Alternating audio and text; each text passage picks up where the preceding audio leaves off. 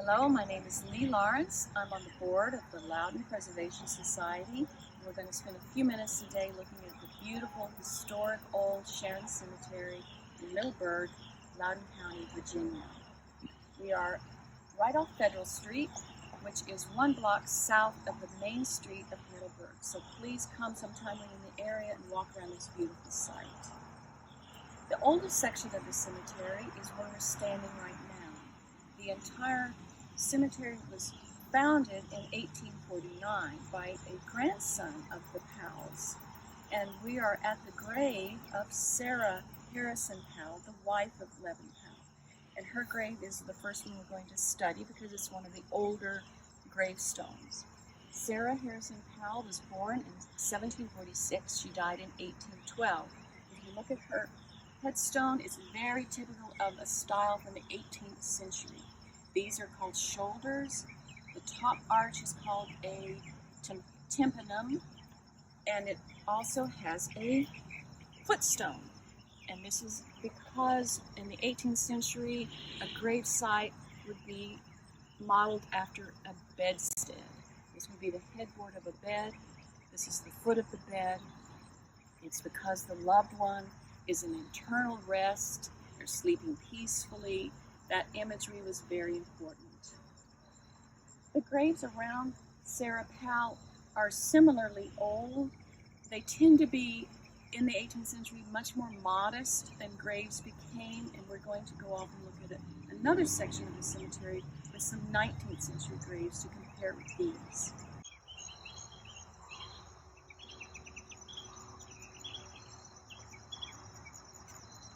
Now we're in a different area of Sharon Cemetery to show later grave sites. In the 19th century, neoclassical design and architecture became very, very popular.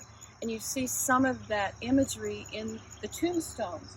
Also, people became more prosperous in the area of Loudon County where we're standing, and they wanted their wealth, their importance to be reflected in their tombstones. So that modesty, the smallness that we saw in the 18th century gave way to these larger and in fact grander tombstones.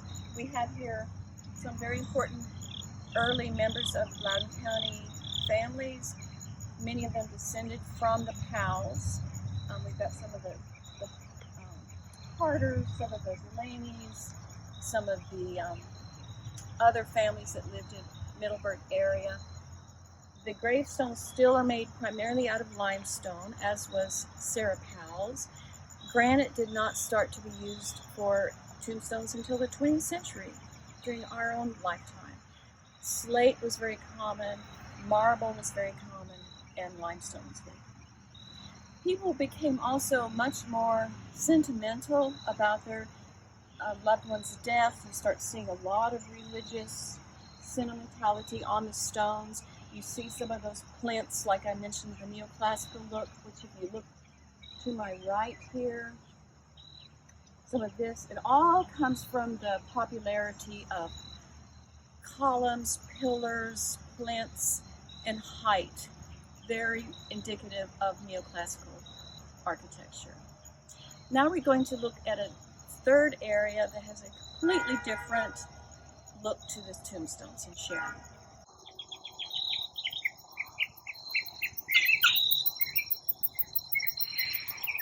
All right, we're at perhaps the most famous area of Sharon Cemetery, and that is the Confederate Circle.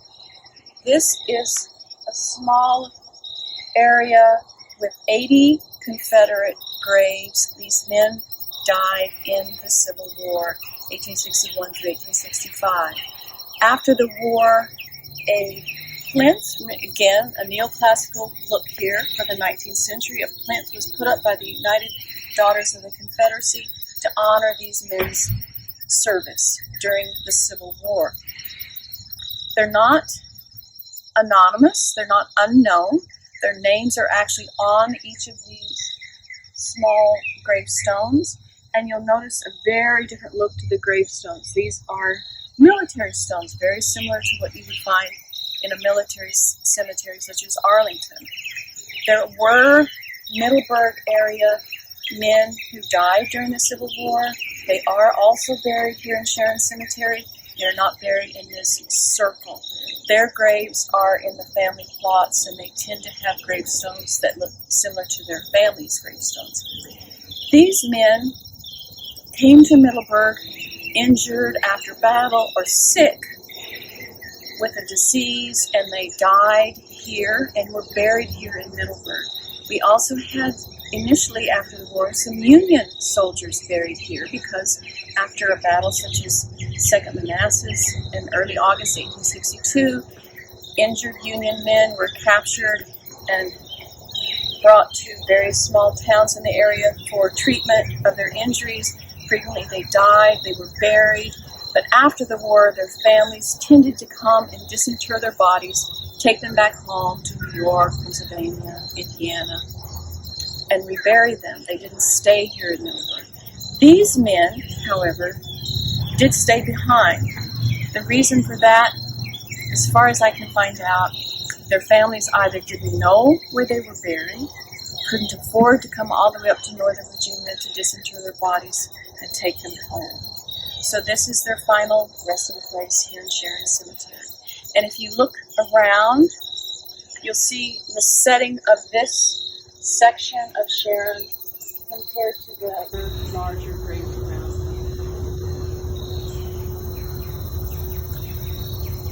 And if you look here on the plaque, you can see the large plinths description of this area. So now we have one more place I want to show us, and we'll be finished today with our short tour of Sharon.